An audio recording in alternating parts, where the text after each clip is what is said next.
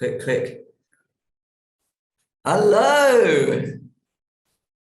Well, I feel like I have the earphones in, but I can't hear anyone speaking. Oh, this is fun. This is really fun. Guys, first and foremost, how is the sound? I am a bit of a Zoom newbie. I know people internationally have been using it. Is it okay? Are we A-okay out here? So I've heard, how many people have we got today? I've got, how many people is that? 1, 2, 3, 4, 5. 5 times 1, 2, 3, 4, 5, 25. I got 25 on my screen. Is there more than 25? I think it's more than 25. Okay. Guys, please have some patience with me. I am so bad. For someone who works on YouTube and for someone who is taking this lecture today, I'm really bad with Zoom. So if everything suddenly goes like that, I think we'll be all right because we're in Korea. So I've heard that some of you guys are, it's like 4 a.m. for some of you. We've got people from Mexico. Que pasa, carabasa? Is that right? We've got some people from the Philippines. Is that right? Mahal kita. Can I say that? I love you.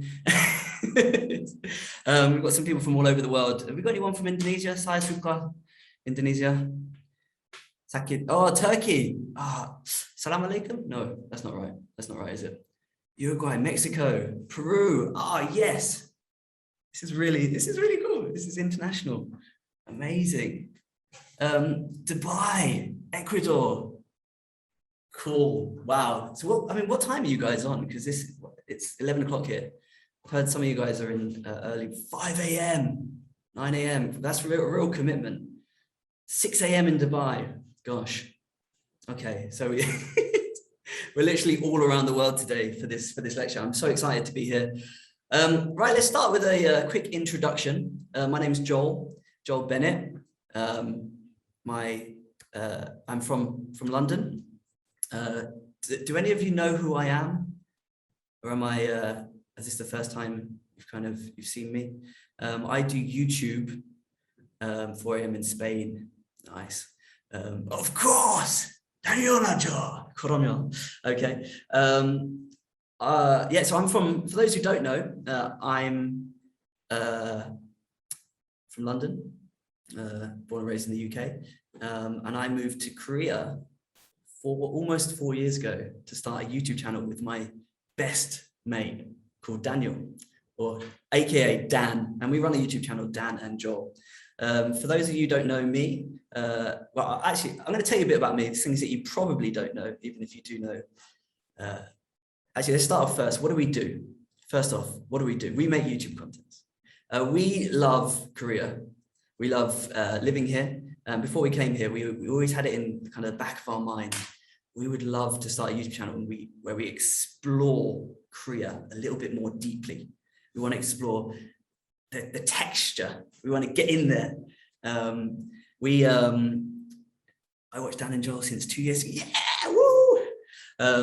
Thank you. It's always so good to know that people are watching our content. So I got introduced into Korea. I've had a massive passion for Korea through a friend of mine, Korean Englishman. If you guys are into Korea, you probably know who he is. I think his videos have trended quite a lot. And at the time, me and Josh were living together, and he actually didn't tell me that he was making a YouTube channel. And I remember 3 days later, he kind of exploded, and he's like, I remember him coming into my room and saying, "Joel, I've gone viral." So that was really cool. So that was my introduction to YouTube.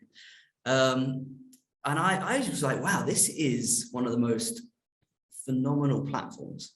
This is a space where, you can make a film, you can make a movie, you can make a vlog, you can just talk to the camera, and you can share it immediately. Now, my background is in filmmaking. So I studied at University of the Arts. I studied at London College of Communications. And yeah, absolute blessing to be able to study there. I've always had go on, Cass, do it. I've always had a passion for film. And and I always thought, wow, you have to kind of make something. It's going to take years and years and years. And then how do people get it seen? And so when kind of Josh started doing YouTube, I was like, wow, this is really an amazing space. Now, you know my friend Dan. So my friend Dan speaks phenomenal Korean, absolutely amazing. So he studied Korean. He actually did the same course as Josh. And so way back when we were kind of thinking, shall we start a channel? It was like, well, what can I bring to it as a filmmaker? And what can Dan bring to it? And Dan is amazing. He has this amazing way. He'll walk down the street and he'll just start talking to people. And I'm like, it's really crazy. He's, 안녕하세요. 나를 굉장히 덥죠. He has all these kind of things that I've picked up from him, like really like old man sayings that he does. But he has this amazing access into Korean culture. And so even before we kind of were thinking, should we start a YouTube channel? It was like, actually, can we make something here? And so we've basically now been making content. So we came out to Korea for, our plan was like, let's go. We're going to come here for 3 months on a tourist visa and try and start the channel. Within that time, we got to about 100,000 subs by the grace of God. It really was an absolute blessing. And we thought, you know what, we love this. Let's try and make this, turn this into a career. And so 4 years later, we're still here. So yeah. So a lot of our content really is, I guess it's for a long time it's been food focused. I know you guys love Korean food. If you love Korean food, can you go, I love Korean food? Yes, guys. Yes, Angela. Oh, I love it. We love Korean food. And actually being able to film and explore and be in Korea, it's just been amazing, like what you can do here.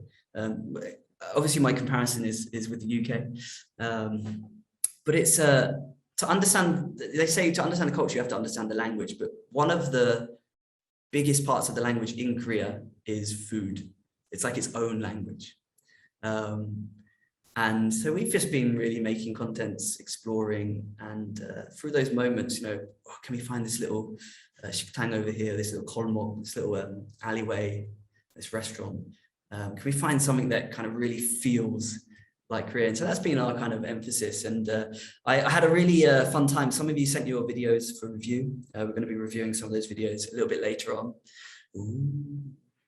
Nervous. I can feel like I suddenly felt some of you get nervous. But don't worry. I loved your stuff. I love what you guys are doing. You guys are proving that you can have a passion for something, make a video and put it online. That's YouTube. It's amazing, right? And so hopefully I'm gonna, during this lecture today, gonna be able to give you some tips on how to improve and some encouragement as well, because I think you're all doing great already. So that's really cool. For those who don't know, our channel has just the boring stuff. We're about to hit 300,000 subs. Come on. Finally, we've been doing a series recently, woori chingu, exploring food, like our kind of foreign friends in Korea and their favorite food. So we've been exploring food through them rather than just through us, and that's been really fun. And their personal stories, how they came to Korea, excites me because there's so many people from different countries with an interest in a country that I love and live in. Maybe one day we'll be able to do a series with a few of you guys, eh? That'd be really cool. So yeah, we've been doing that, and I think that's enough of an introduction. What do you think? I haven't used any of my slides. I've just talked. I do apologize. I have some slides. This is what I mean about the okay. Okay, all right, let's crack on. Let's go straight into the lecture. So we want to talk about today, you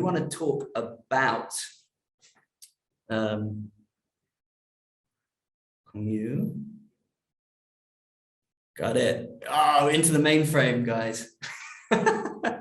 So I think, am I sharing the file with you guys? Can you see that? Are you reading that loud and clear? This one here, full screen. Going full screen, guys.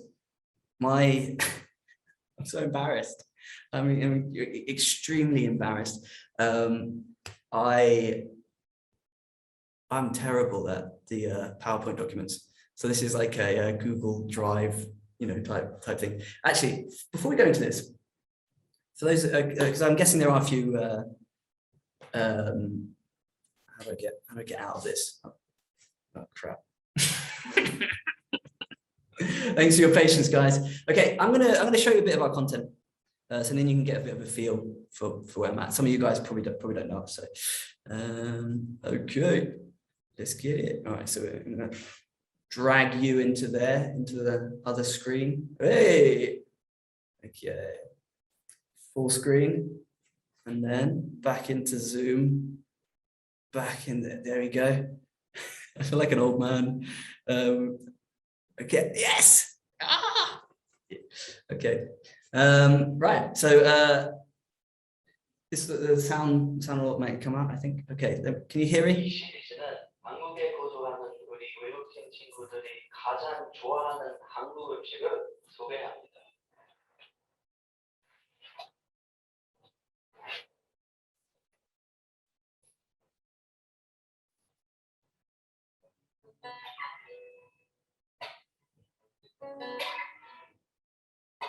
안녕하세요. 저는 캐나다에서 온 웨인이라고 합니다. 이제 한국에서 산 지 15년 되었고, 제가 제일 좋아하는 한국 음식은 해물입니다.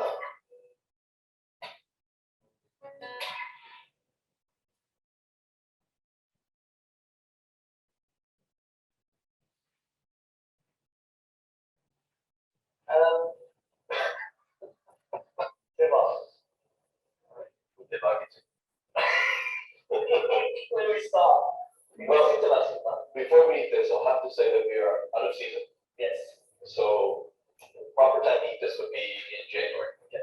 But if it's bad, you'll know it's bad in about 3 hours. But this was fresh. This was just slipping around downstairs. So I'm pretty sure it will be okay. So for a winter stay, this is perfect. Right. For a small snack in the summertime, it's a little bit dangerous, but life on the edge. Is it just I've always had bread? No, you've probably been on the coast. Yes, Jeju, town. Yeah, and when you're there, you can have it anytime. Right. But we're gonna have it. So this is woori. I have no idea what the English name is. Kalbi, scallops. Spicy soup. Actually, pop the heat on that baby so we can get that one. So basically, they chop up the fish, and the head and leftover parts go in here. Beautiful. Spicy fish head soup. The head has a little bit of meat on it, like the eyeballs and stuff, but I don't eat that. And otherwise, yeah, we're good to go. This is something I've been eating periodically, a couple times a year, 3-4 times a year since I got here. And a little fact about me. My mother's from Canada's East Coast, Newfoundland. So growing up, I had a lot of fish, but they have it the old school style, which means heavily. Sorry if you guys were, can you hear me? Am I coming through again? Sorry if you guys were getting into that. I forgot that I was in a lecture for a moment. Obviously our style is very slow, but hopefully it gets, it's not quite, hyperactive YouTube style conventionally, but hopefully I'll be able to, hope that gives you an idea of where I'm going to be talking from today. And I really hope that, that I can share some stuff about how I think about my creative process that will encourage you and you'll be able to use for the way that you shoot or for the kind of content that you want to make. Okay.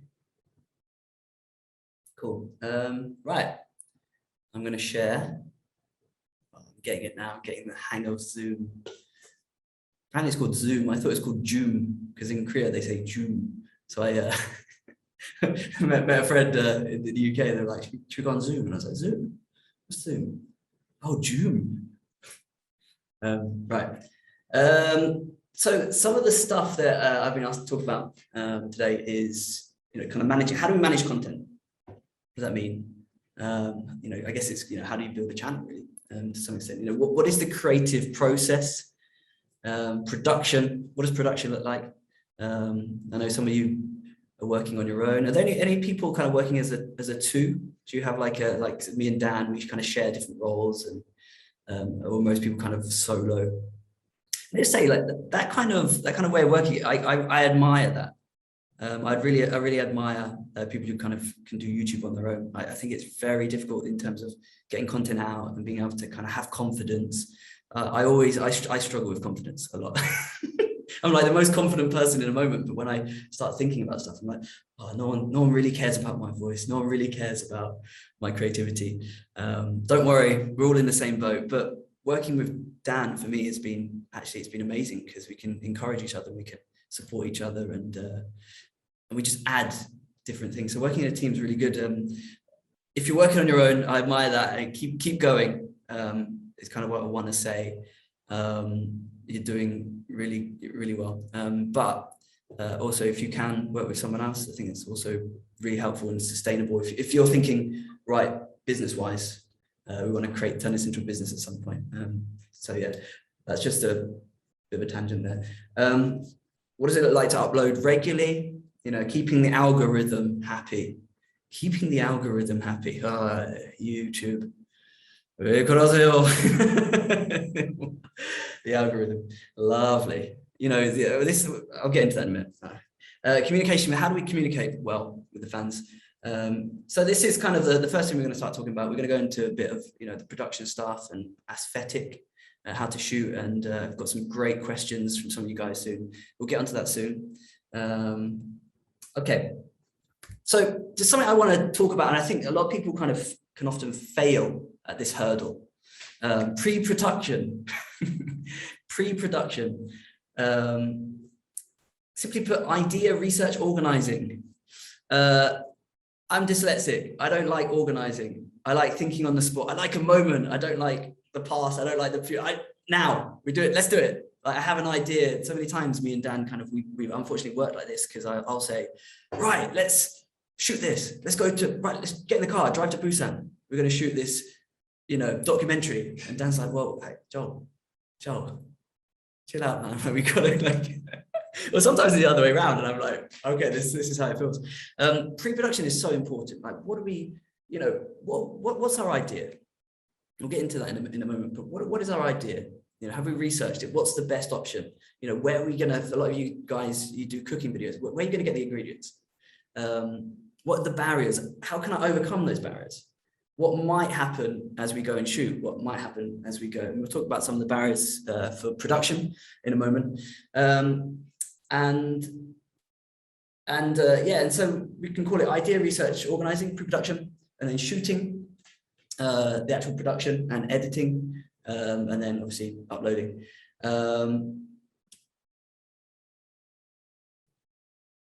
We've actually found, so just in another note of pre-production, we've actually found like a real key of success. So we've been shooting stuff in advance. We've been shooting, when we shoot with someone, we shoot 2 episodes in the same time, for kind of how we manage and organize our kind of shooting schedule.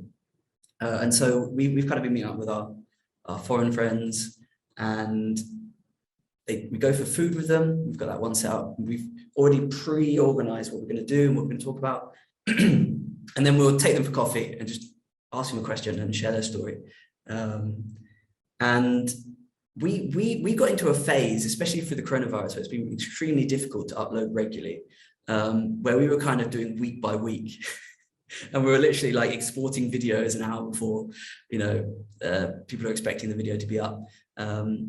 It's incredibly stressful, but it's also very unorganized. And what we've realized as we kind of plan content, really go with the idea, really believe in the idea, that people really get a feel for what's coming next. And people can get a feel for kind of like, so we've been working on a series, woori chingu, like our friends, our mates.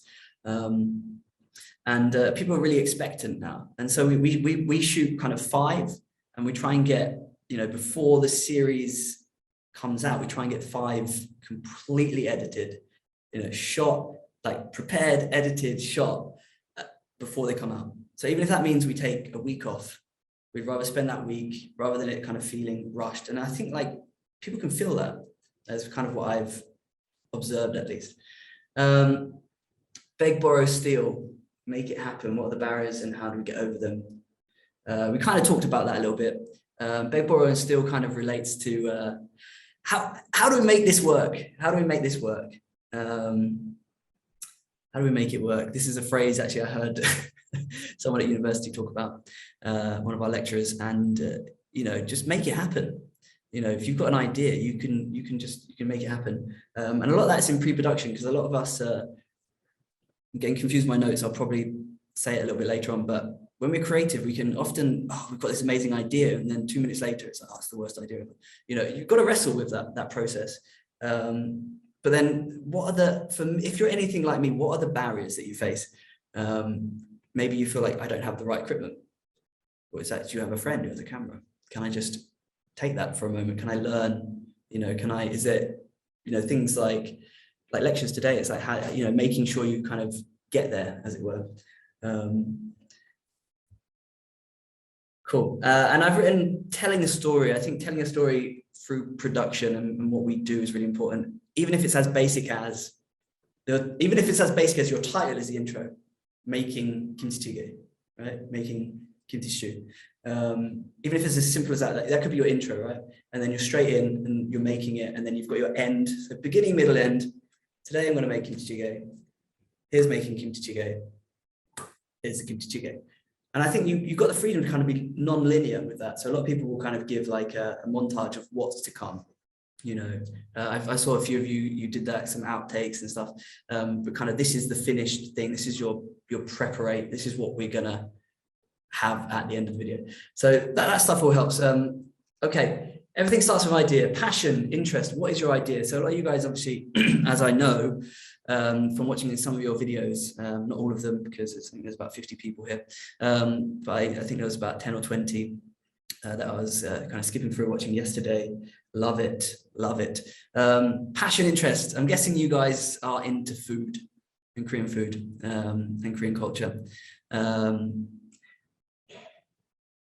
How do we, I mean, just because it's a passion doesn't mean that we have to make content about it. We can just enjoy it, right? But because you are passionate about it, that will come out on screen. Because you're interested in something, that will come out on screen. And you probably are better than most people at it, and able to be almost an ambassador for that, which is great. So stick with that, stick with your passion, stick with your interest. Don't do something that's boring, because you're just like, we've made content for the sake of making content. But actually, when we first started YouTube, we kind of were making hyperactive content, and I was just like, I don't enjoy making this. And we decided we were going to go down a more of a documentary route. I was going to explore my background in filmmaking more, and Dan's kind of really felt the same. And we were like, actually, we don't want to be, you know, fast paced, and so we just weren't enjoying editing it. It's like really just like cuts here and you know, sounds and noise and music, and we feel like we've created a brand through that, and we've created something that actually we're passionate about, that's going to be sustainable now. What's your idea? What is your idea? Could be as simple as we're saying, making food, cooking food. For us, a lot of the time, our idea is we want to explore. We think about a theme, and then we think, how can we bring something into that theme? We want to explore Korea deeply. Okay, food is the tool now. So often, actually, when we're not just exploring the food, we're exploring actually, what does the food give us? Does that make sense? What does it give us? Actually, it enables conversation. A lot of cultures will converse over food. As a British man, we go to the pub, we'll have a beer, and we'll just chat. There's something about it, it kind of eases this tension, this kind of, and so we use that to get deeper and to ask questions, and it kind of almost, you know, takes us down a little bit. Okay. I talked about it a little bit, the creative wrestle. Gosh. I have an idea every day, and I think if it wasn't for working with Dan, I don't think any of those ideas would have come to fruition. I've written about like 100 scripts. My girlfriend's always saying, when are you going to make that film? when you're going to make that documentary you keep talking about, I'm like, you know, it felt good in the moment, but it just doesn't really have the same, I don't really have confidence. It's just a wrestle. And YouTube is, because of the fast-paced nature of it, it is one of those places where you are going to basically be constantly wrestling. It is what it is. And to be able to kind of push through that, I think just keep going, just keep doing it, keep putting content out there. What's the worst that can happen? Hey? I kind of had this, I went to, sorry for the tangent, I went to Chuncheon, which is about 160 kilometers away from Seoul. And I took my motorcycle and I'm driving it. But I've not really kind of ventured outside of Seoul on my motorbike much because I'm thinking, oh, it's a little bit dangerous. And yesterday I was just like, you know what, what's the worst that can happen? The worst that can happen is, well, you know, hopefully not, I crash. But I didn't, you know, and I'm here today. And it wasn't as dangerous as I thought it was going to be. And I had one of the best days I've had this year. A little bit of adrenaline, a little bit of nerves. I was really nervous to actually do this lecture. I didn't sleep very well yesterday. I had dreams about ideas in my head, you know. And I was also really excited. It's like nervous, excited, you know, what is this dynamic going to look like? What's the worst that can happen, you know? Bad things can happen, you know, like, but if you're genuine, if you're passionate, and you put out, you know, a video and content, the worst thing that happens is, well, it doesn't get any views. But you did it, you know. And a lot of people, I think about, you know, Mr. Beast, for instance, you look at some of his old content and it's got like, well, now it's got millions of views, but originally it had like 27 views or so. It was like him live streaming and gaming and stuff. And it was like, gosh, like he just kept grinding and grinding and grinding and grinding. And, you know, what's the worst that can happen? And there's always going to be trolls. I just want to say there's always going to be trolls. There's always going to be weird people just out for you. So don't worry about that. Even though it sometimes hurts, because it's sometimes true for me. Just kidding. Okay, next slide.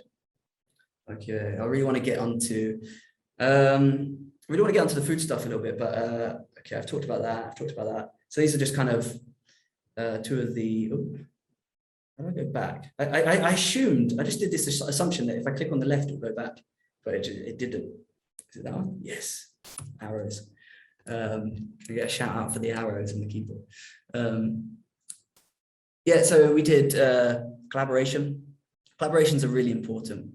As you start to build your channel, if you can collaborate with people, like-minded people who also, you know, who are good on camera as well, you can find the right type of people and have an influence that will help your channel grow like exponentially. Like a friend of mine, I think she's got like 100, 200 subscribers on her YouTube channel, and she messaged me. She said, can you just film a video on your phone answering these questions? And I was like, yeah, sure. When the video comes out, I'm going to promote it. And I really hope that she can grow. You know, it's like we help each other. I've met a lot of YouTubers who've helped me. Obviously, Josh and Ollie and what they do and supporting us. But other people who are just like, we've got millions of subs and they're just like so normal. They're just normal because we're all normal people, right?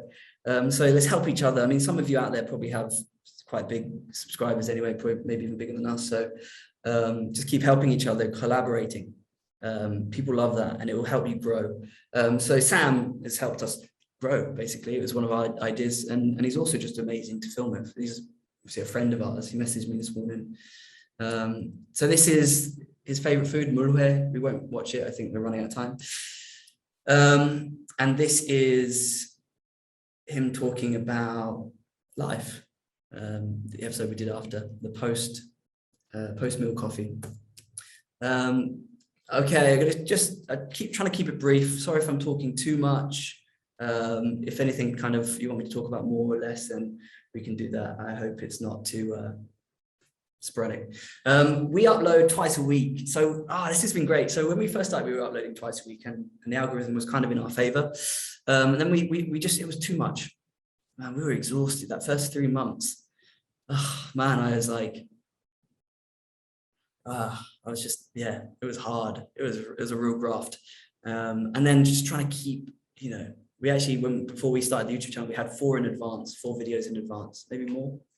We thought that's enough. that would get us, 2 weeks. Yeah, we can do anything. And within like the first few weeks we were there, it's just like, we just don't have enough time in the day. So we decided for a long time we're going to do 1 video a week. Now we've kind of been getting back to filming in advance and trying to just streamline the process, how we do stuff. And that's been amazing. And the algorithm's just gone, twice a week, we'll promote you. The collaborations will promote you. Oh, more comments will promote you. So that's been amazing for us. Like we've grown exponentially. So in terms of revenue, we have to talk about money. We were earning virtually nothing from like about 3 or 4 months ago. We were earning basically nothing from ad revenue, and I think we're earning up to 5 times that amount just from. You think it'd double, right? But no, because the algorithm's on our side now. We can put a video out, and even if it's a video that's not great, which we do have a lot of those. Of course, we never know what's going to do well, but even if it's a video that's not great, it's still, the algorithm still wants to get behind it. So, and it also, what it does, it keeps the fans excited and expectant. Obviously, a lot of you guys watch YouTube, and I think about my favorite YouTubers, and where I go to, it's okay, it's Tuesday. Oh, it's Thursday. Oh, it's whatever day it is, right? I mean, I have an expectation that at this time, I'm gonna get my fix. A lot of people come to us. They say, it just feels like I get some kind of profound look into life, or I get just a bit of like healing. They say healing veda in Korean. I don't know how to say it in English. Healing. What is that in English? I don't know. Refreshing. It's weird when you use Konglish and you forget the actual English. Story of my life. June. Cool. Let's move on. Yeah, just keep the fans happy. If you've got one fan who just keeps coming up, just keep them just keep encouraging them. Like, thank you for being my fan. We've got one guy. He's a bit of a funny lad, but we love him, and he responds to everything. We just love to respond back to him. We try to respond as much as is possible. Obviously, it's kind of impossible to respond to everyone. Sometimes people respond via email. They kind of they feel really, really moved, and they'll kind of go down that route. And it's always very encouraging. Community tab. So within within YouTube, you have community tab, so you can kind of let people know what so if you're going for a shoot, let them know you're going for a shoot. Oh, I'm expecting this. And they can start to build a bit of a buzz around what you're doing. If you have a trailer for something, maybe you want to put it in there as maybe you don't want to necessarily upload it, or you can just link it. That's a really good way. Membership. So I don't know what the rules are around membership, how many subs and stuff you need, but we've actually found that I think a lot of people kind of don't do it because they think, I don't want to ask for money.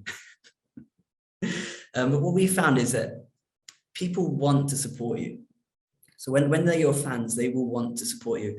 Supporting you financially is key to not just a successful business, but a sustainable business within YouTube. And I think, as we say, that YouTube's an amazing place that we can explore our passion, and if we can make a career out of it, it is a blessing.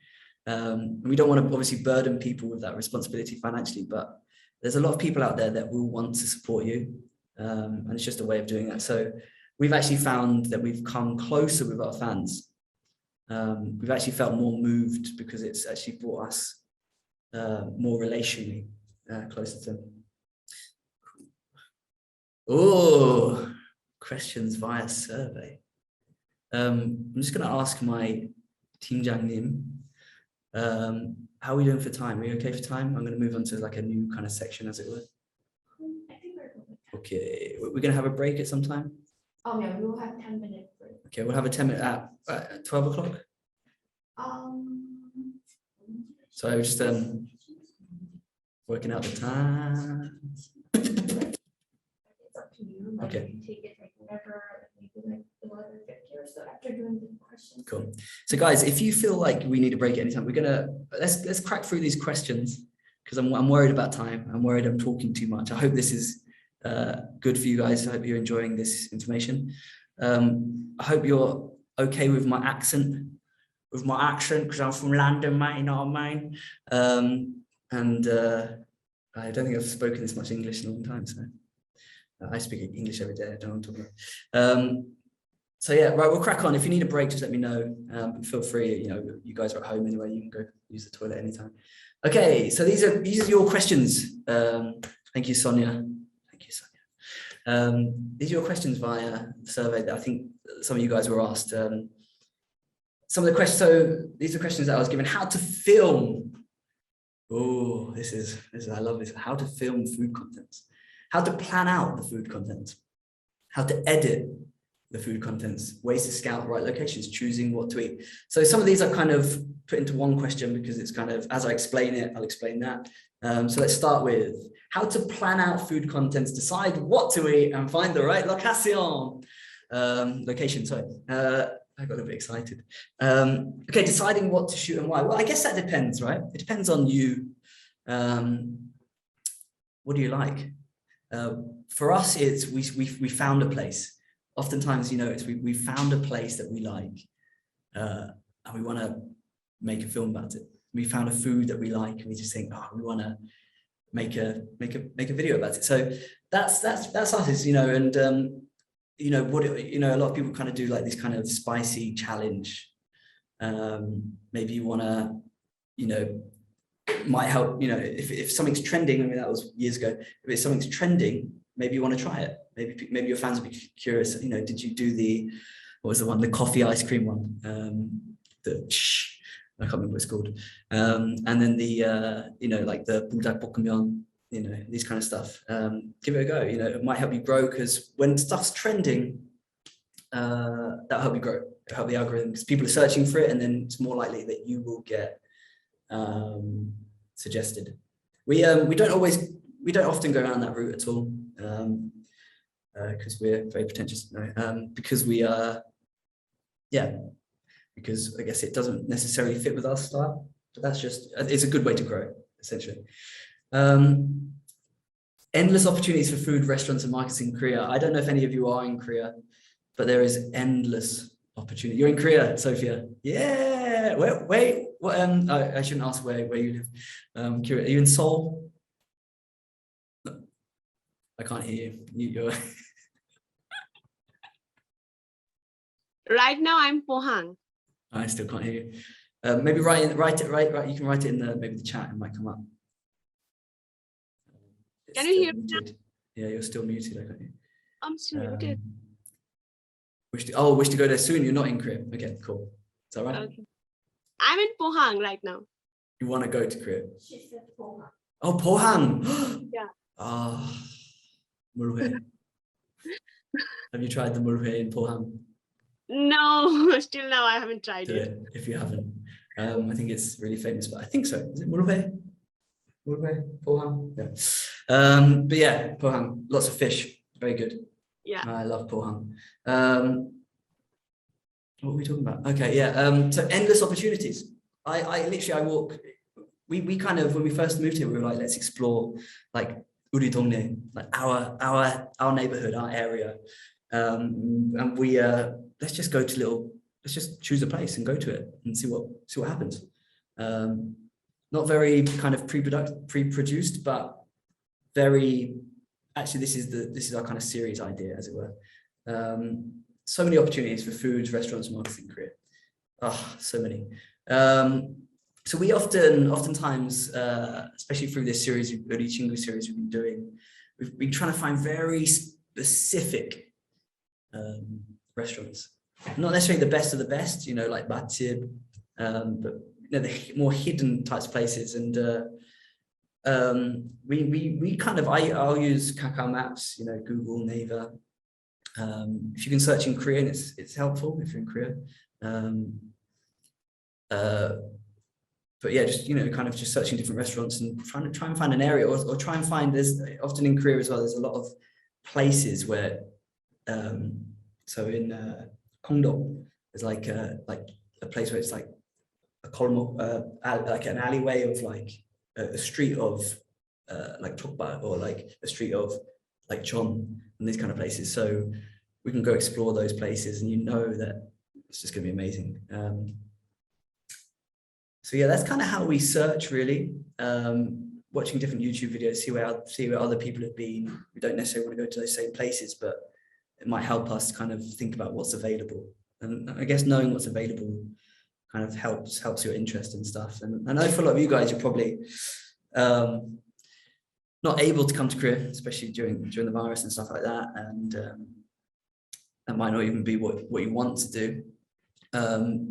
So I guess it's being creative, and like if you want to, you know, Korean food is your passion, how to do that where you are. You know, is there local Korean restaurants? Do you have to travel for 2 hours?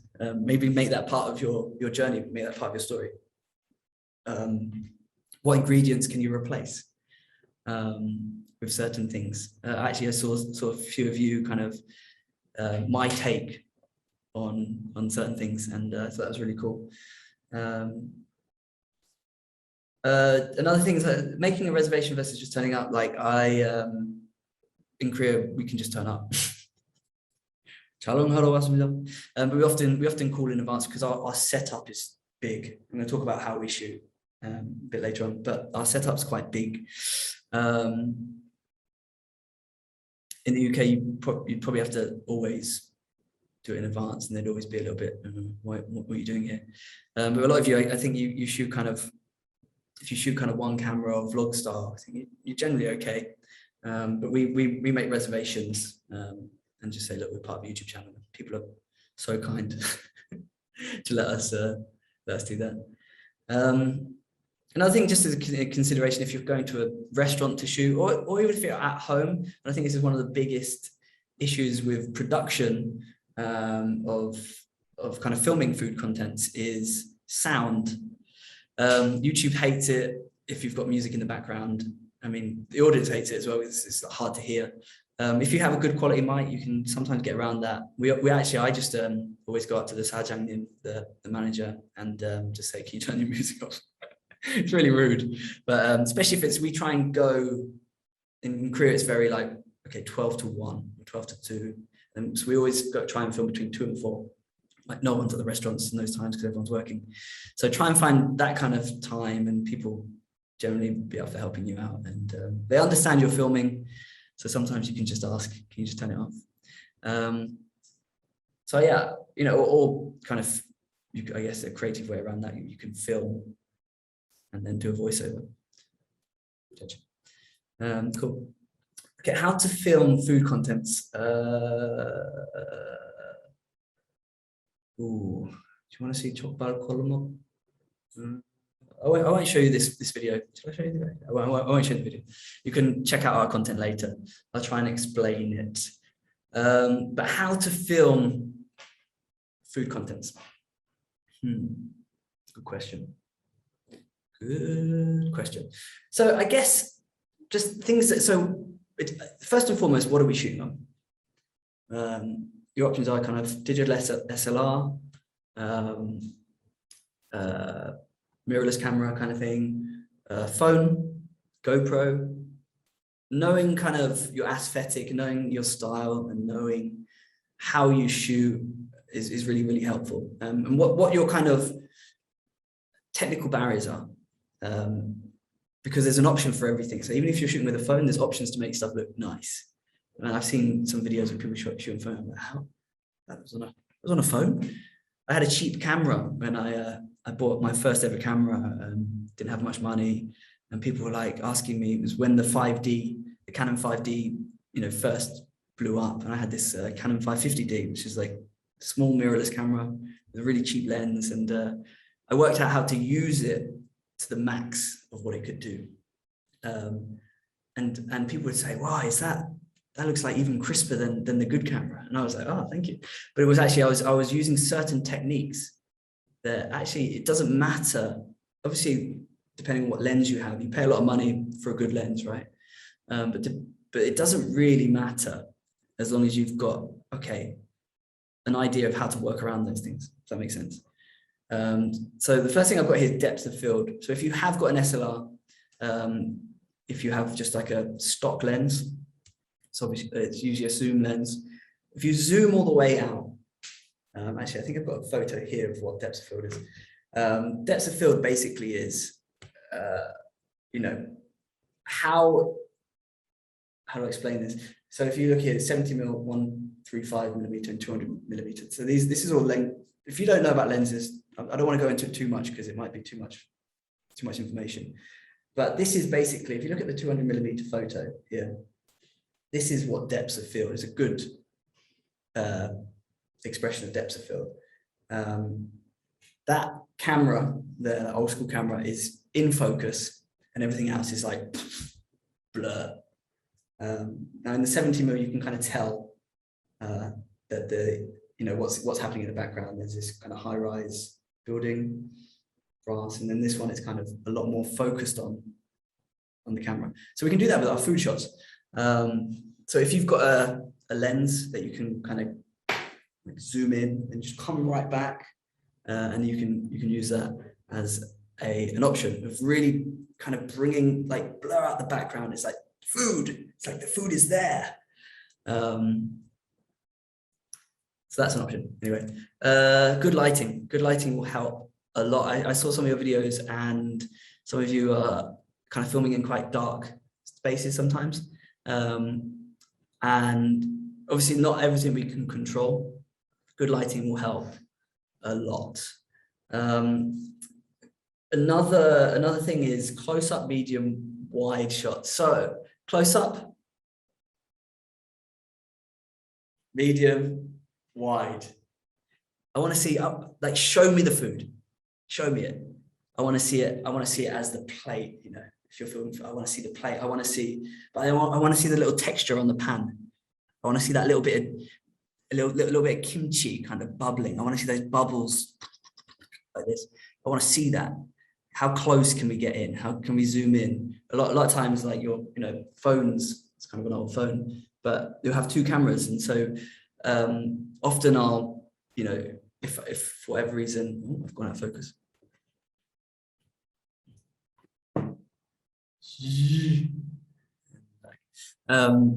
Often, I'll punch in because that gives me a slightly different look, and I can get a little bit closer in. So mix around the shots.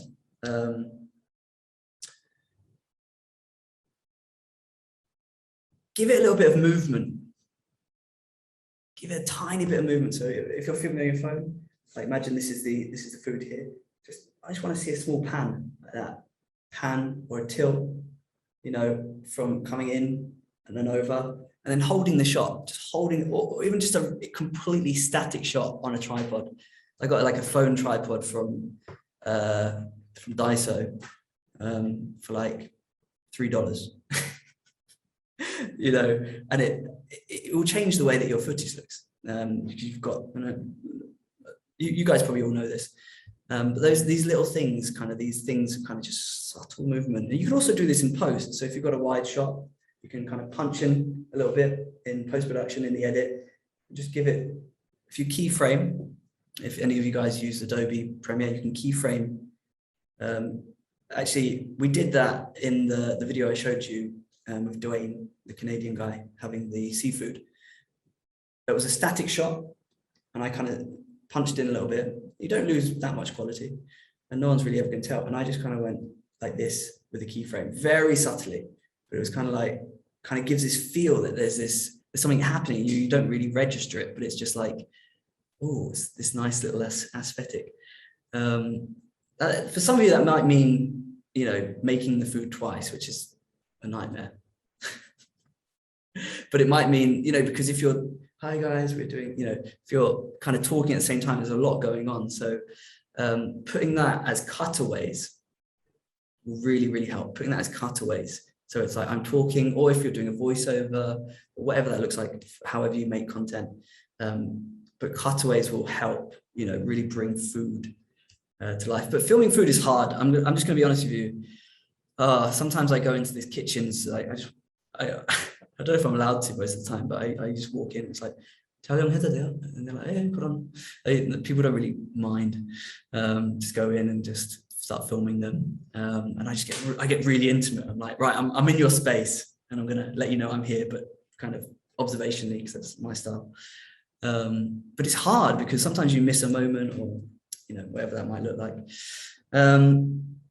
Shooting with a phone, I just want to say something that can really help you is slow motion. If your phone can do slow motion, maybe you lose a little bit of quality and you lose a lot of light. So you've got to be really careful with kind of what kind of light you're in, because the shutter can go quite crazy. But slow motion will help you a lot, because it means you can ramp, so you can go from fast, like imagine you just kind of have your camera like this is your object, and you just kind of go like this one time. Then you can kind of do this ramp where it goes shoom.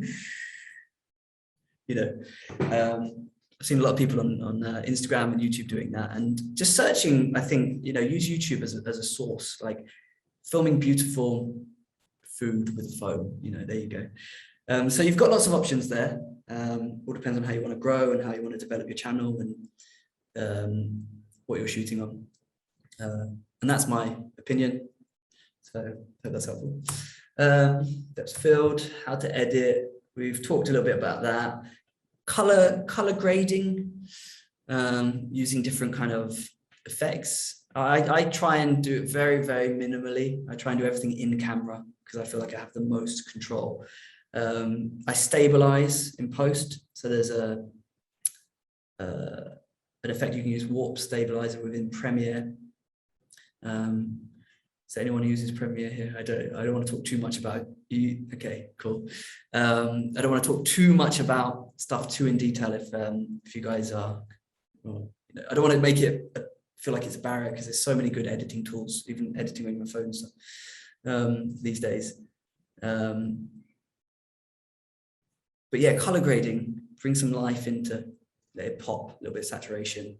You get something called a curve within the color option within Premiere, and so imagine your curves like this. I push one that way and push it that way, and it gives it this slight contrast. But I won't go too much into that, otherwise it's going to be a whole lecture in itself. Cool, nice. Break. We're gonna have a break, guys. Woo! Let's take 10 minutes. Is 10 minutes okay? We're gonna take 10 minutes. Get yourself a nice coffee, a tea, a sparkling water, or just normal water. Have a wee.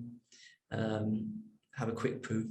Sorry, shouldn't say that. Whatever you need to do. Anyway, get it done, and we'll meet back here in 10 minutes. Thanks, guys.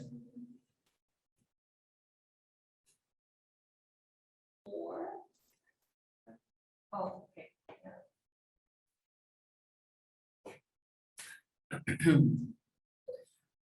Okay, back in the game. Are we back in the game? Is everyone back? Yeah, 30 seconds. Does anyone know that song? That grime song from, is it the late 90s? 21 seconds. We got 21 seconds to go. I got 21 seconds to flow. Anyway, in 21 seconds. If you don't know it, please search it. Okay. I just realized, is my mic on? Is everyone well rested? You feeling good?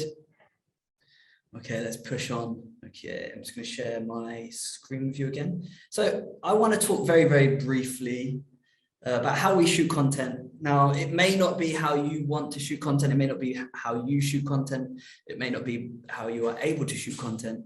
But it'll give you a slightly different perspective. That's my hope, at least. So whatever you take from it, just know that this is just how we do it, and that may or may not be encouraging. I don't know. So we have Sony mirrorless cameras. We have 3 of them. They're actually all different cameras. One of them is an A7S. The A7S is amazing at low light. So whenever we shoot in kind of dark situations, we use that camera. It's a lifesaver. We don't really use lights or anything like that. So we always try and make sure actually we're shooting in somewhere that has good lighting. We have various different lenses, but we mostly stick to using like a 24 to 70. I have a 24-70 2.8, if that means anything to anyone, and a prime lens. So the prime lens is, we have an 85 1.4, which we use for a lot of our portrait shots. We have 2 tripods because we will shoot 3 cameras, and a monopod. So whoever's not in the video will use it like that, or we'll have 3 on a tripod. 2 sets of Rode mics. You can often see it in the video. We're not very good at hiding them. And that goes straight into the camera. Our editing machine, we use a PC because it's cheap. Yeah, basically you can get more power for your money. And then I've got my OnePlus phone. I think Dan's just upgraded his iPhone as well, so that's probably going to be the best one. So this is, I'll quickly just show you guys this. Oh no, that's not going to come up. Okay, I won't show you this just because of time. But you can kind of see how we shoot. So we have 3 cameras. One on a tripod covering Dan in this top shot. One on a tripod covering this lady who's eating. This was an amazing video where over the space of a couple of years, Dan had kind of befriended her and kind of met her in the street, and she pushes kind of cardboard. She's a cardboard collector, and they make very little money. And we wanted to, basically for a long time, we kind of said we want to make a video with her. But to actually kind of get her into restaurants has been quite hard because the age respect culture. It's like if you're older, then you should pay. We were like, no, we want to pay. And so we actually, it kind of helped that we were filming because we were like, it meant that she could allow us essentially to pay for it. But we meet her all the time these days, and we take her for lunch quite often. She's lovely, and we've got even closer and closer. But we just had this opportunity to share her story, and so yeah, we've got 2 cameras kind of on them, and the mics go into those cameras, always over. And this is our aesthetic, so you can do it in different ways. Like some people have a wide shot, kind of looking straight to the camera, and then kind of shots kind of coming in, different close-ups. But for me, in terms of the edit, this works best. It's not your stylistically, obviously it's more observational. It's less to camera. Hi guys, how you doing? Which is fine because when you talk to the camera, it kind of you feel like you're being talked to. You feel like you're in a conversation with someone, which is great. But for us, it's more of an we call it observational style. And so we've got that covered. So when we come into the edit, the one to the right is a wide shot. It means that I was filming this and I was kind of getting wide shots and close-ups and kind of moving around. So anything that might happen. So imagine someone comes into the restaurant and this conversation starts to happen. I can just turn around, film. So I've got the freedom, or food comes out, I can kind of follow the food to the table. So that's just the kind of how we shoot. You can see a little bit here. So this is me getting some cutaways of I think it's, what do you call it, a heron? Is that what it is?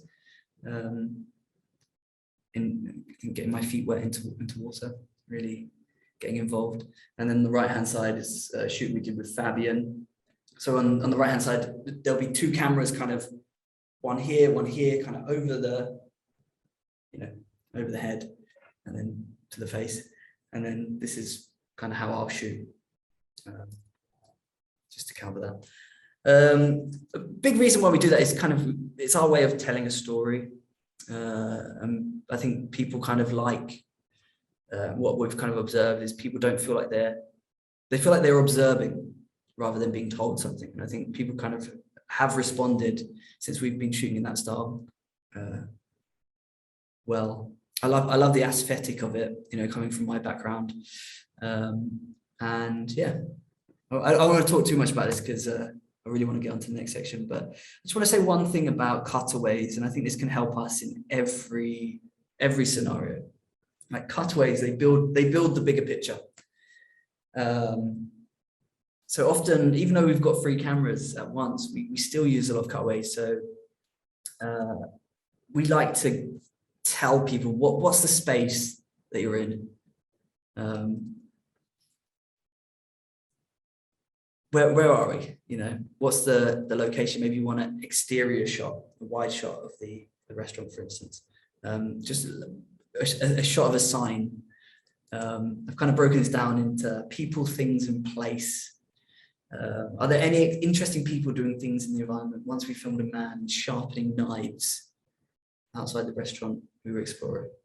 So we started with that. We kind of exterior shot of the restaurant, this guy just sharpening knives. He has this bike that he cycles around the local area, sharpening knives for restaurants. And it was like, it gives a real feel. Oh, wait, this is different. This is somewhere that I might not experience before.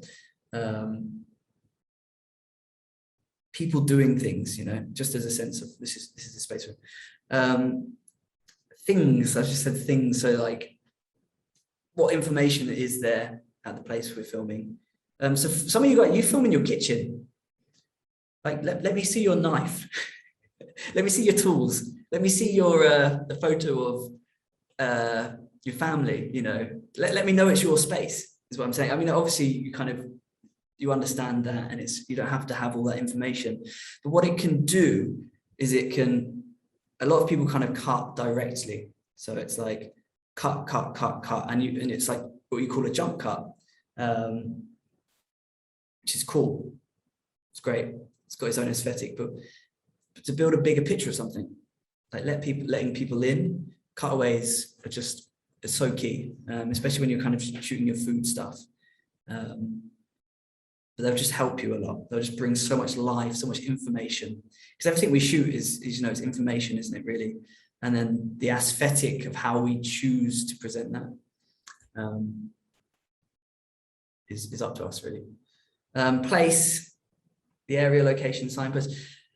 It was interesting. So I was reviewing some of your videos. Now, I think this is really interesting, and I think this is why this will be important for you guys as well.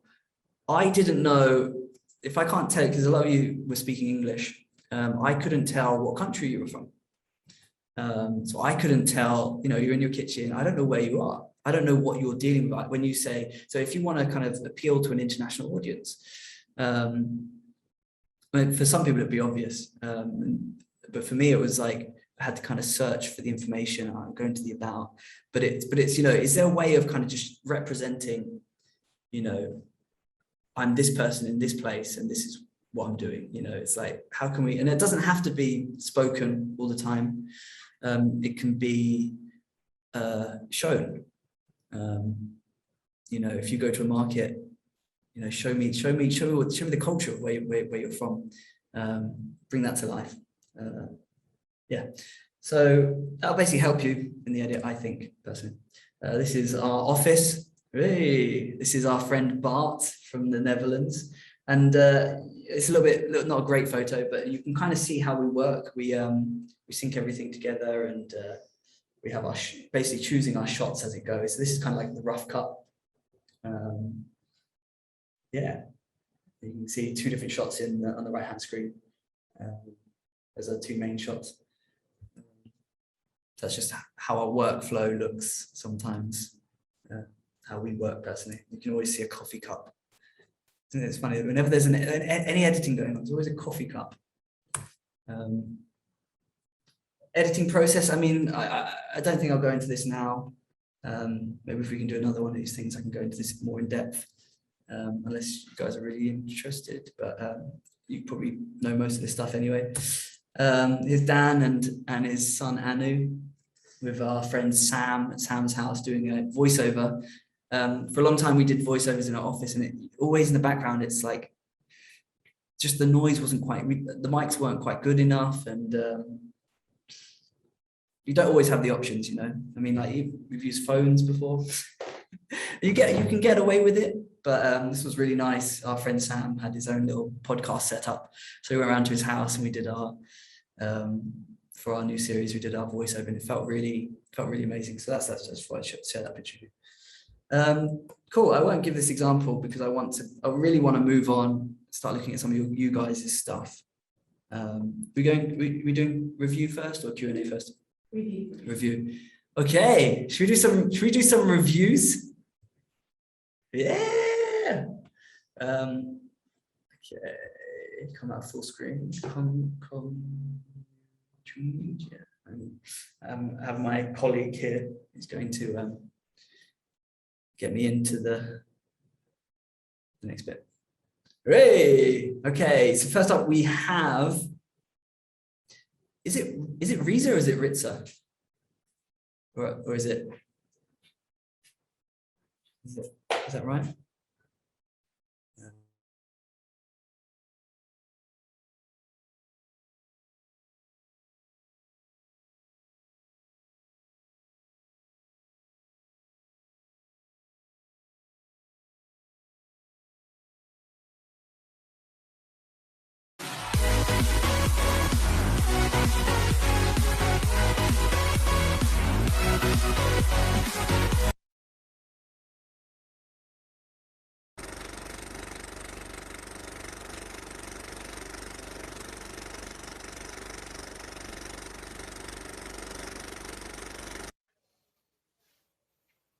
안녕하세요, 여러분. 저는 리자예요. And you're watching again Precious Risen Christ, where you feel loved all day, every day. And for today's video, I am going to share with you my first ever discovery of this recipe. And I called it kimchi. And today I'm going to show you how to make kimchi. And as you know, 제가 kimchi를 좋아해요. I like kimchi very much. 그래서 today I'm going to make a recipe with kimchi. And let's go. So hello again, guys, and here we are actually preparing the super available ingredients. I'm gonna skip through this a little bit just to we haven't got time for. And as you can see here, so I'm just gonna quickly skip through some of this. it's actually oil. You can see.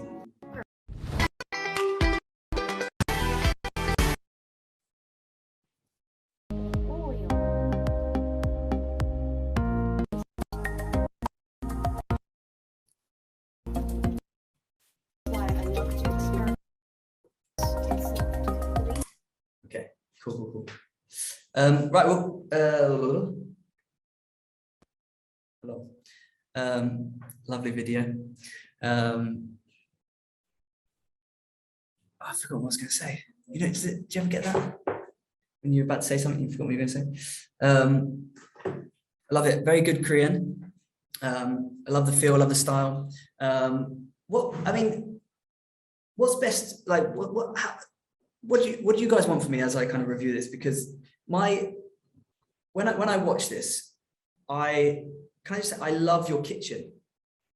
I love your kitchen. I love the texture. It's me personally, but this is kind of what I love you as a person already. I love your smile. I think you're someone who's kind of very full of joy. I'm already kind of happy to watch this video.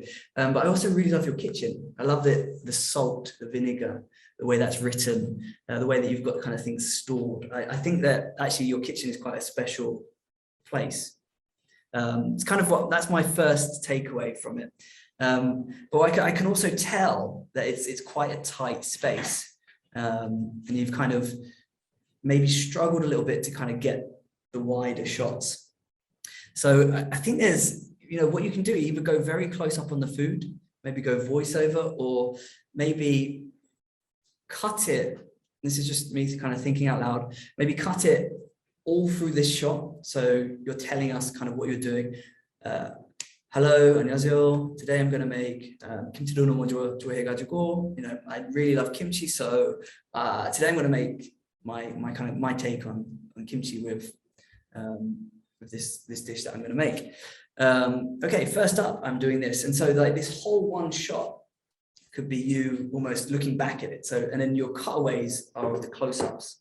That way we can kind of always see the wider shot of your face. We can always see, because I love this, you've got, and I love the lighting as well. The lighting is really nice. I don't know if you use natural lighting or what you use, but when we get to kind of this, it's we can't really see what you're doing.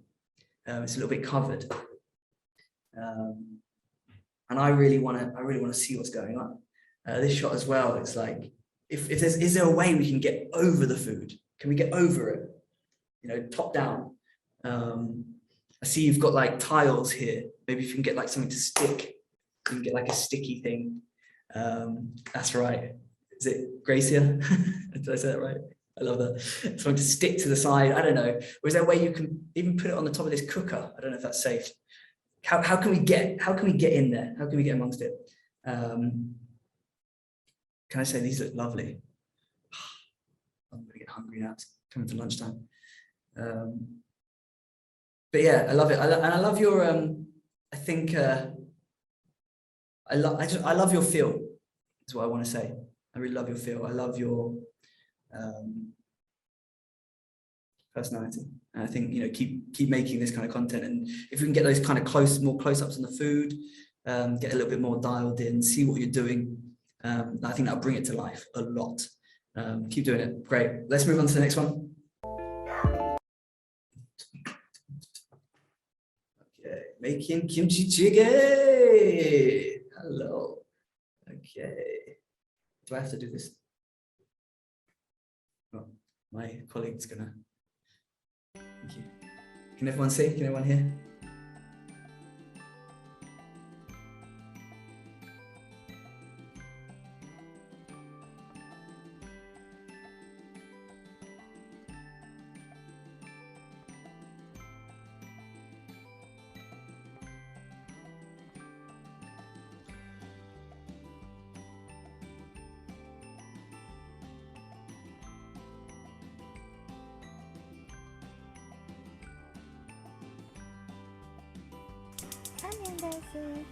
So let's start cooking.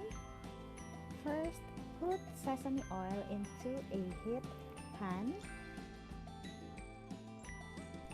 followed by crushed garlic. It doesn't have to be like this one. Any brand or even the normal garlic that we know will do, as long as it is crushed garlic.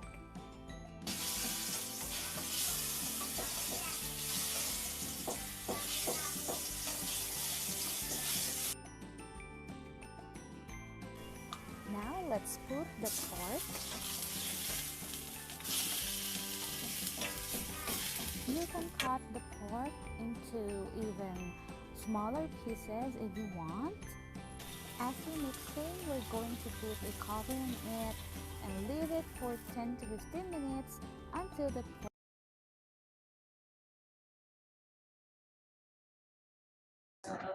You guys can hear me? If I keep playing this through, might be easy if I try to talk over it, as it were. You guys can still see the video, right?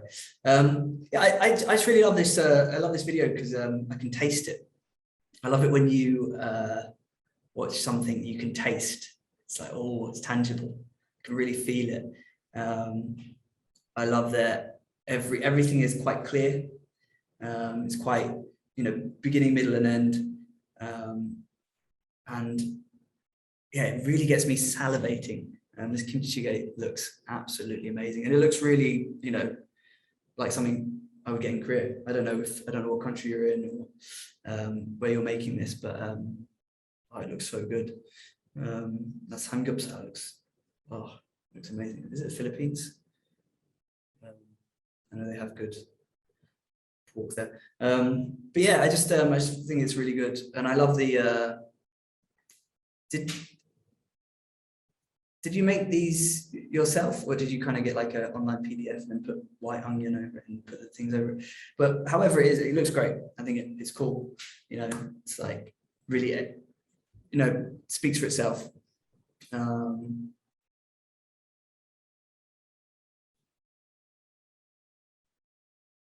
Yeah, I think it's a very simple video. Oh, that samgyeopsal looks so good. Yeah, I just wanted to say it's good. I think it's really good. maybe one thing, maybe the length. It's 8 over almost 9 minutes. So I think a lot of people kind of will struggle with cooking videos if they're too long. But I think I might follow this recipe later on tonight. So yeah, great job. Okay, let's go on to the next one. Yeah, sorry. My colleague's sorting it out for me because I keep doing it wrong. Okay, I think the sound's up.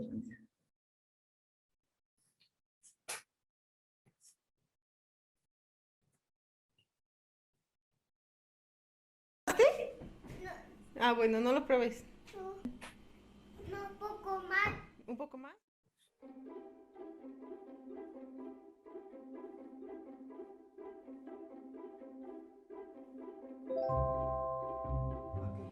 Hola amigos y bienvenidos a un nuevo video de HelloAleBernal. Hoy nos acompaña mi tía Moni y mi primito Pepe.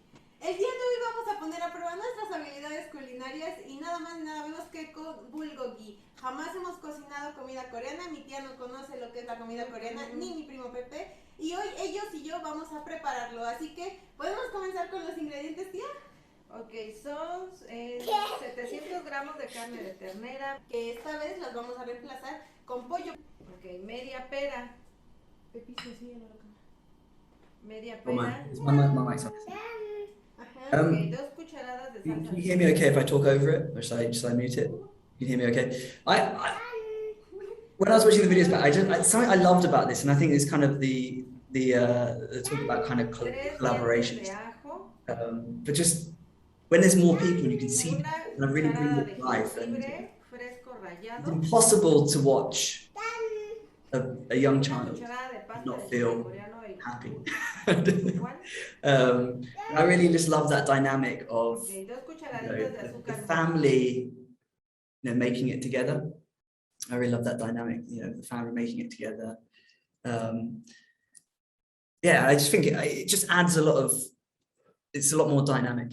I can really feel this. I wish I was with my mum, that kind of, and it kind of really brings me back to actually when I was a child. So, and then you've got these kind of nice close-ups, seeing him, the little one, make it. And the one thing I'd say, just there was cutaways in it when there were certain things happening, but is there a way we can, see more what's going on, straighten up the shot maybe a tiny bit, the framing, if you look at the right, your eye kind of is always looking to the left, bottom left of the screen. Is there a way you could kind of frame it? Even if you have to do it in post, I could try and tighten it a little bit without losing too much of the bottom. But just take a bit of the fridge out, because that's not really giving me any, like, aesthetically.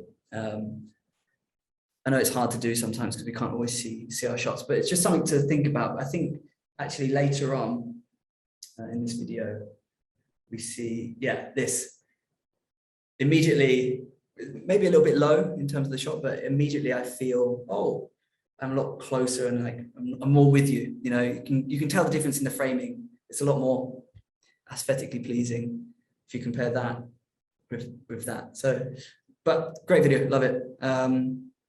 Okay, next.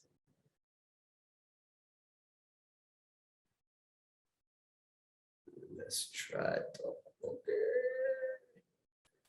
Okay, we still, you can see the screen, right?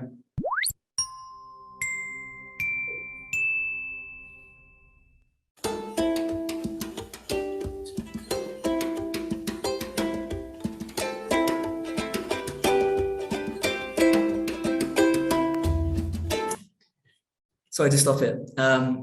Today starts in a different way. I love that. Sorry.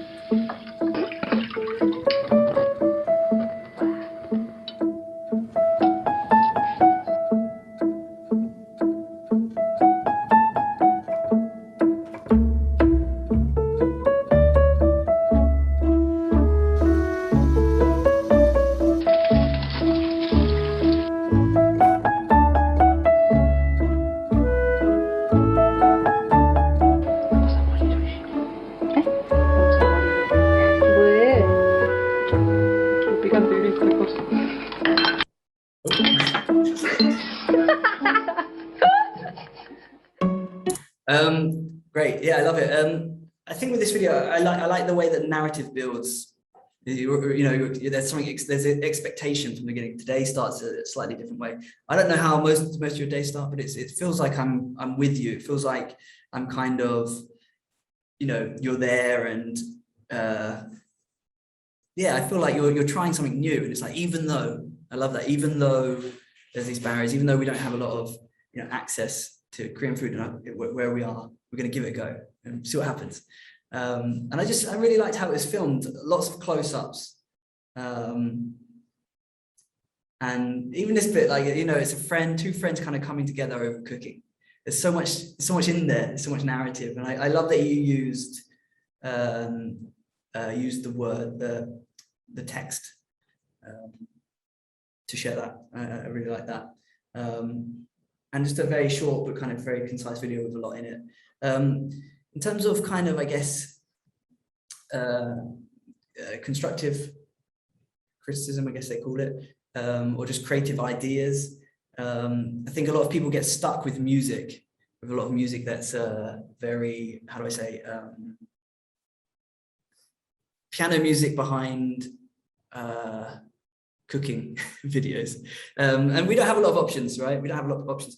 I kind of would love to see this video maybe with a little bit of music at the start, and then just a bit of ASMR. I don't know, what do you think?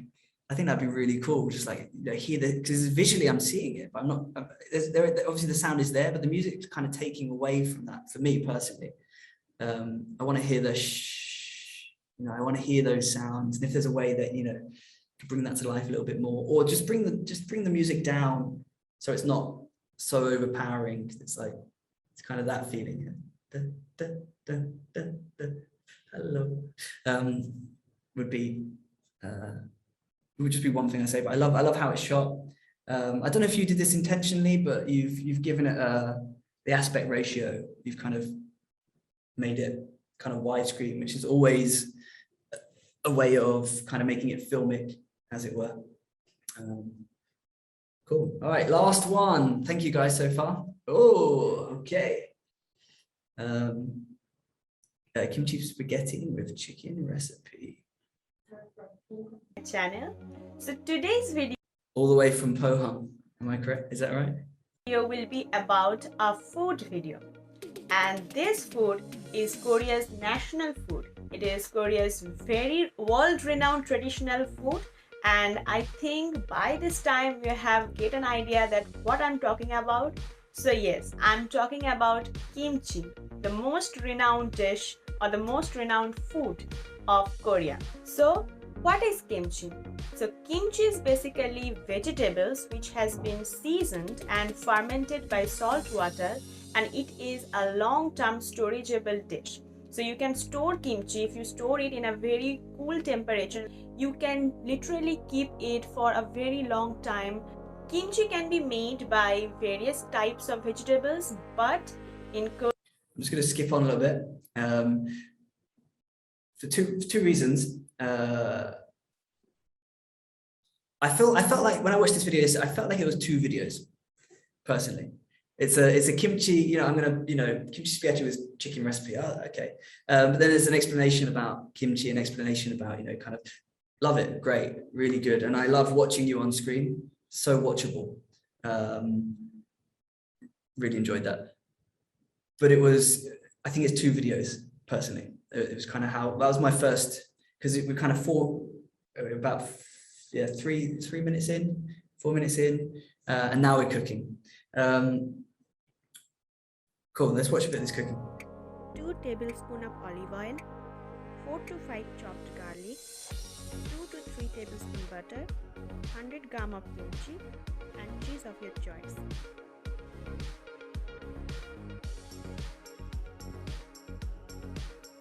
I love that you kind of split screen there. That's really cool. You have to cut the mushrooms into thin slices like this, and you have also to cut the pastrami. So I love the top-down shot. Now let me say something about the top-down shot. When you can pull it off, it really works. I think you almost, with the top-down shot, a lot of the time you want to see first person. So this this looks great, and you're kind of, because you're giving it to the audience, there's that understanding there.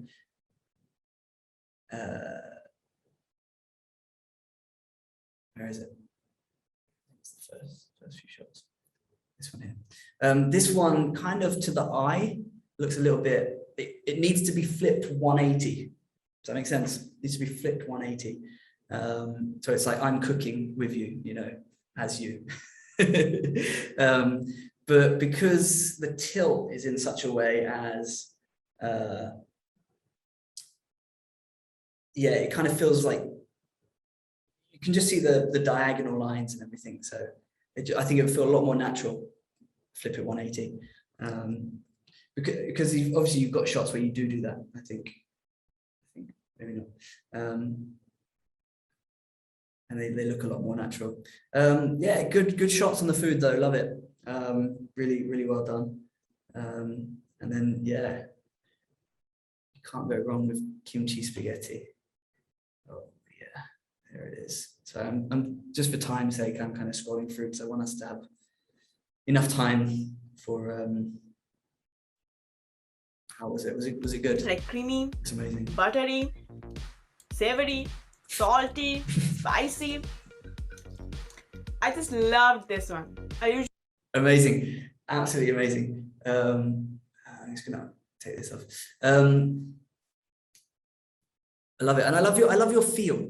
You know, I think like you're very watchable. You've got a great personality. You know, you've got this kind of, you're wearing clothes that say smile, and you've got a lovely smile, very beautiful. So very watchable. You've got. I think what I kind of saw from all of you guys, all the videos I watched. Sorry, I don't have time to review all of them.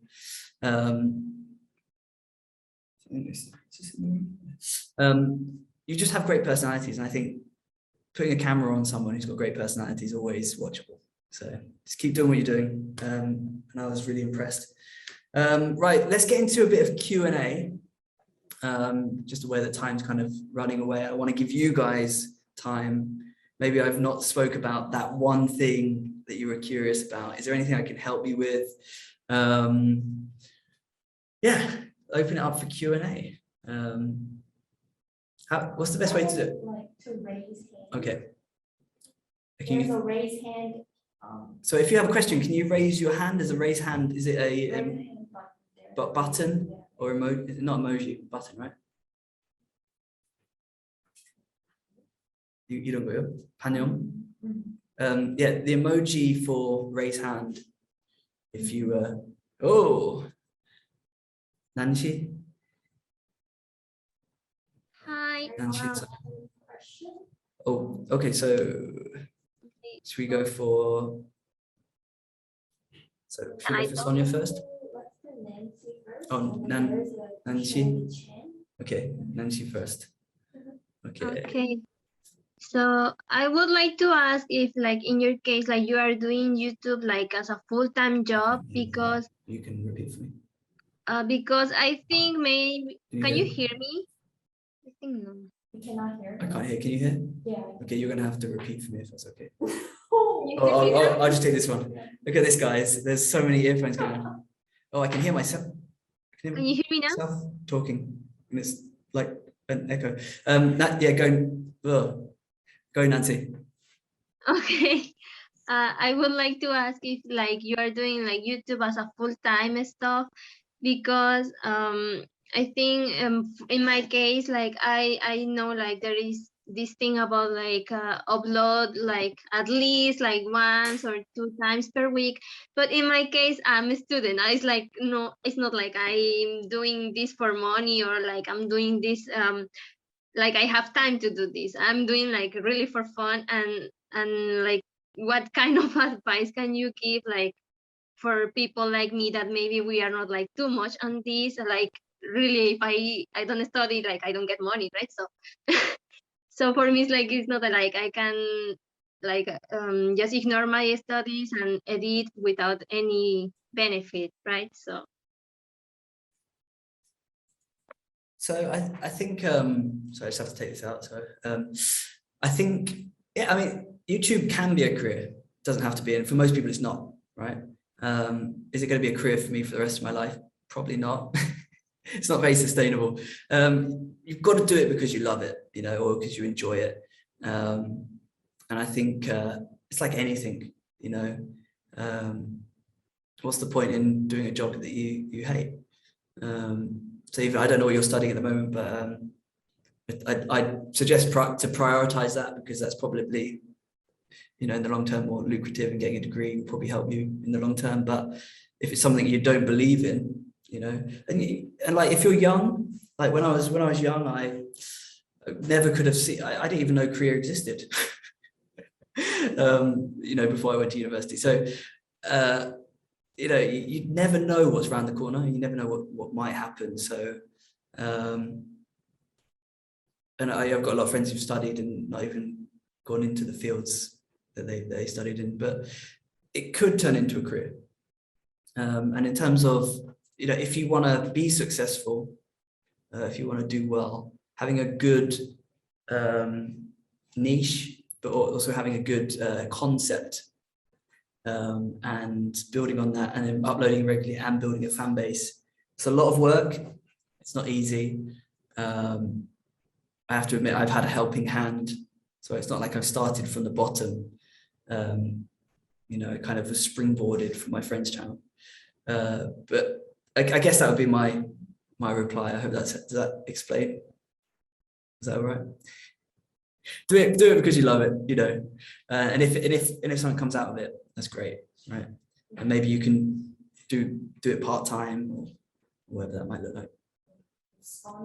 Sonia next. Yes. Okay, I'm so happy to be able to talk to you. Okay, first of all, a request. I don't know if it's able to do it later, that the thing we skip the edit process. I would love to have notes or something that you skip in the explanation. I think that could be great if maybe we can receive it later by email or something. And the question for now is, what kind of benefits can we give to the members? You talk about membership through the channel. So what can we offer through that? That's a great question. Thanks, Sonia. First, in terms of the, I think we can send the document. These guys have access, as long as they're okay with sending that through. Just for the notes, the PDF. I didn't listen to the question. Oh, she couldn't hear the question. No one knows the question but me in this room, because I have the earphone. But I'll talk to these guys, and hopefully we can get some way of sending that out to you guys, if that's going to be helpful. Obviously, you can't go into the process and stuff in depth, unfortunately. So I don't know how helpful those notes will necessarily be. Second question was membership. Yeah, what can we offer them? Good question. I mean, so we do a write-up on people we've shot with, and we send that through for most of our, I think all of our members. And we also do a live, so for our top tier members, we'll do a live stream, and that's where we really get to know. You know, it almost feels like a one-on-one chat. And they feel like they're really building a relationship with us. So it's kind of what we give them. But I think for most people who join membership, they just want to support you. And it's like joining, I don't know, like a charity, or joining something that you feel passionate about, right? That you really want to support. You really, like, when you financially give, you feel like you're a part of it. And we feel actually our members are a part of what we're doing. Obviously, without them, it doesn't really work, you know, without our fans. So as cliche as that sounds, it's just kind of, it's very true, and that they, you know, and humbling to know that they'd actually want to support us. And we've also realized as well, through the almost financial, like, you know, the coronavirus season and stuff like that, there are just some people out there that have a lot of money, and there's some people that don't know what to do with it. And sometimes they just feel passionate to support. So yeah, that's kind of a bit of perspective. I hope that's helpful. Okay, next question. Who have we got? Next we've got, how do I pronounce that? ECE? Ece. Ece. Hello everyone, I'm Ece from Turkey. Its pronunciation is a little bit hard, maybe. I'm happy to I'm happy, really happy here to hear. And I want to curious how to choosing your background music. I know that lots of video is documentary style, but how to choose your music when you're editing the video? Big question. Very, very important question. So, I mean, when we first started doing YouTube as DanandJoel, we'd always use music. We'd layer it in. It's a great tool, I guess, to cover bad sound and stuff like that, and cover the edit a little bit. And it gives it, I guess, a feel of pace. But yeah, how do you choose? You know, I guess so. There's a lot of options, but there's not a lot of options. So I would find like YouTube channels and playlists where it'd have certain types of music. When we did our coffee series about 3 years ago, I found a song that was almost perfectly fit and copyright free. But to find good music that's copyright free is difficult, and something that you feel, I enjoy this music. So the music we use for our intro for our latest series is a friend of mine. He's a guy who makes Christian music, and he does like a lot of like worship sets and stuff like that, but he also makes his own music, and he makes instrumental music as well. And when I listen to his music, I'm just like, oh, I love this. This is very relaxing. This is very nice. And I can even feel, you know, in some ways the presence of God in it as well. And so for us as a channel, all that we do is we always want to make something that is kind of emotive, as it were. And so be able to partner with someone like that. So my advice for you would be find something you're passionate about and music that you're passionate about. Try and find underground artists, people that aren't signed, music that you can support, and can I use your songs? Can I use your songs? And then you're using a song that no one else has got. The amount of times I've literally, I think, you know, when Casey Neistat was big, he'd put like he'd use one song, and then like everyone would be using that song because it's like copyright free. It's a difficult one with music, and I think that's why like ASMR, and even if it's not ASMR, just using natural sounds, atmospheric sounds, or recording like a restaurant for like an hour, and just, you know, 10 minutes or something, and just using that underneath all the sound can also be helpful as well. But you know, YouTube has like copyright music, non-copyright music and stuff like that, and there's ways of getting it via Google. But that'd be my take on it, at least. I hope that's helpful. Okay, next. Next? Cass? Hi, everyone. Let's get it. I'm in. So hi, nice to meet you. My question is that how can I get the attention of other people? Because I've heard that you have to use hashtags and a good title and the thumbnail, but I think that I'm not reaching a lot of people. So what can you recommend us? Good question. So before, like, so a good way of, if you want to get more views, I think, which is always it's the age-old question. Like, everyone's asking that question, really. There's not really like an easy way. Like, sometimes you just go viral for no reason. We have videos that we put out and we have no expectation for it, and then it's like, oh, 600,000 views, you know. And then the next, you know, the week before is like 10,000 views. You know, how, you know, obviously it's relative, you know, 10,000 views is a lot, you know, we're happy with that. But it's like, well, why is that one? It's like almost the same video. We've got like one video we did about Hanu, another video we did about Hanu, and one's blown up and the other's like got like no views. So it's weird, but I think certain times, certain things are on trend, certain times, and things can get boosted by other people doing certain. So it's like, you don't always have control. Your video could boost in 2 years' time. Suddenly it's like out of nowhere. But one of the rules that I've heard is title, hashtag, and information. If you can include like 3 words, try and get those words into all 3 of those things. And I think it helps support, actually, this is what this video is about. And another really important thing is when your video is quite clear. So some people do clickbait title, and then you click on the video and it's like, oh, it's just about something else. So then you get a really like low retention rate. And people aren't going to support you, and you're not going to build a fan base. And so I think it's a bit of a lie, the clickbait thing. Try and be really honest about what people are going to expect from this content, would be my reply. Hope that's helpful. Okay, next question.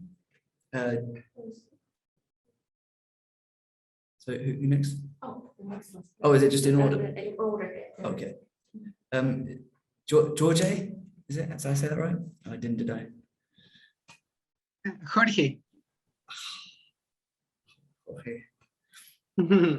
Yeah. Hi.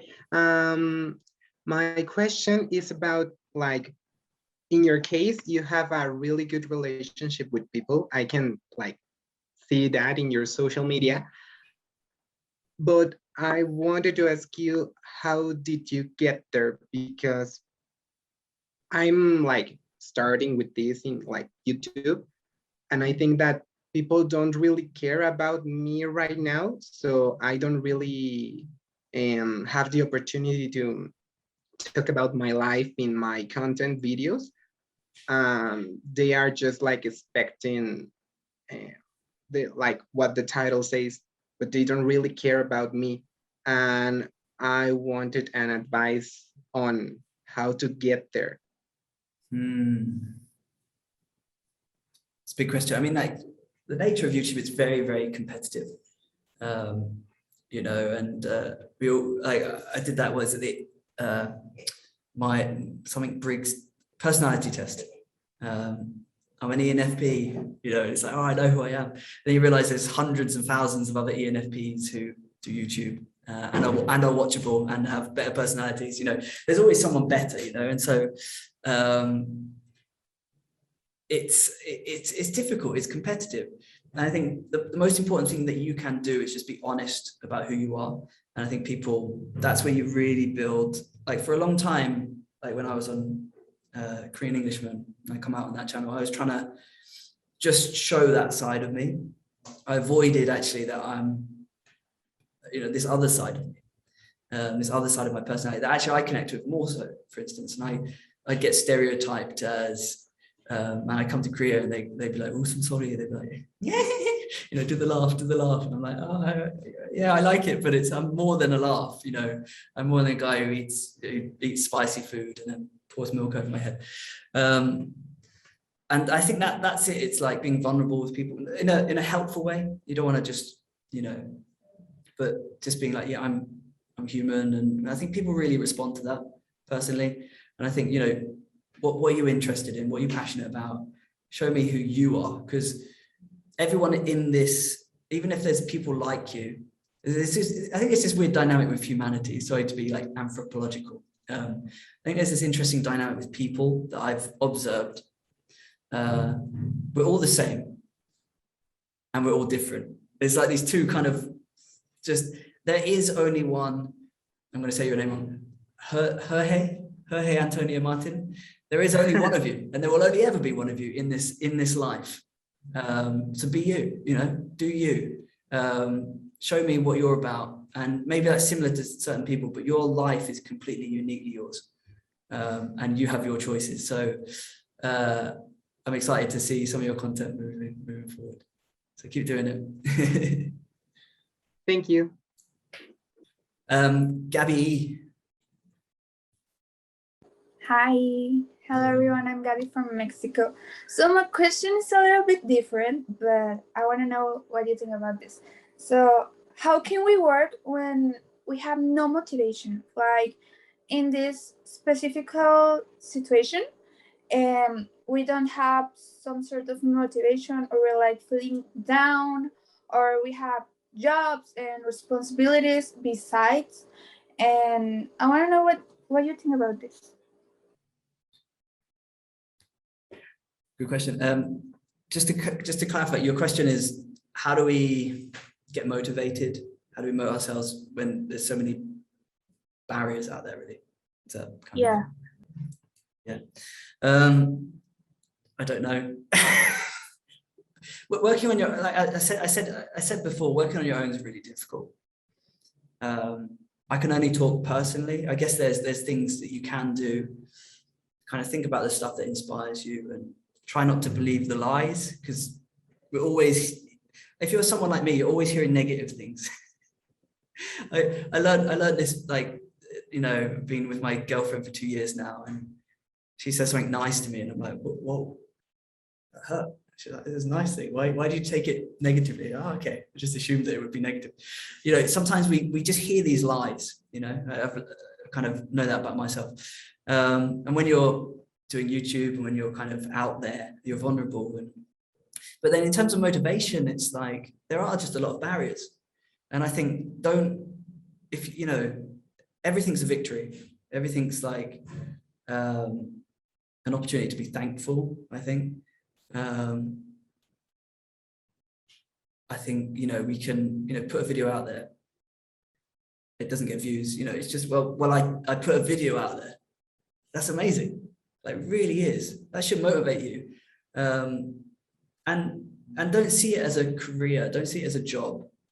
As soon as it becomes like, I'm doing this because I want this, like, you know, I think that's a very American kind of way of thinking. And, you know, like, you know, you work hard and do it. And I think you should work hard, but man, I just to be honest with you guys, like, so most days I wake up and I'm not excited about the day. I'm just not.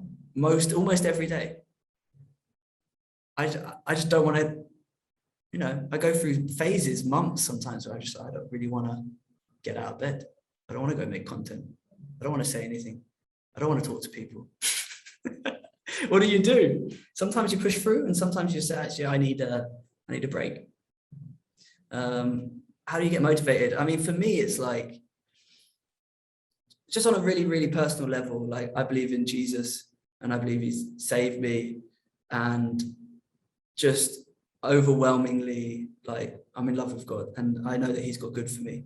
So tomorrow, if our YouTube channel dies, I'm okay with that. I'm really okay with that, because I think there's always an opportunity, and that really is my only motivation. My motivation isn't in this life; it's for eternity. So when I feel like that, I just pray. I don't really have any other advice. I'm really sorry. I hope that's helpful. I don't know if you believe in God or not, but I believe it is truth. So. But that was really good. Thank you so much. Oh, sorry. What was that, Gabby? That was a really good answer. Thank you so much. Thanks, Gabby. Okay, last question, Anja. Hi, hello. Can I ask you something? Is your surname Tu, or is there two of you? No, it's just one. Just I have two accounts, so I always have the two number, but because this is my work account, so for have the distinction, so that's why I have the two. It's just Anya Nodal. That's it. Great. Well, my question is, I'm usually made videos about music, so I try to do one with kimchi, and actually I will upload this week. And you have an advice for the people who might discover after all these Kinfluencer Academy, they like to do K-food videos? What would you say to them? So what would I say to people who are kind of doing, for instance, doing like videos about music? No, that change to do now food videos. I mean, what would you say to them, like an advice? Yeah, I think sometimes change can be positive, sometimes change can be negative. It all depends on kind of, you know, if you're doing one thing and you change, it's like, that was what it was for me. People knew me as Joel from Korean Englishman, and then now they're seeing me as Joel from DanandJoel. In some ways, I've kind of built up a completely different audience. So I've kind of done something different.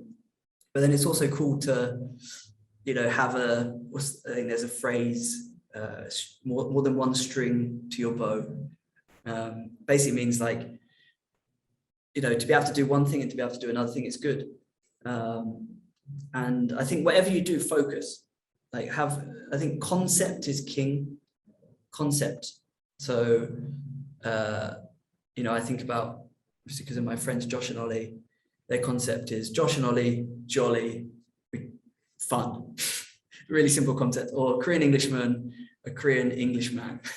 It's like, and exploring, you know, doing stuff in Korea. So it's the concept is so simple.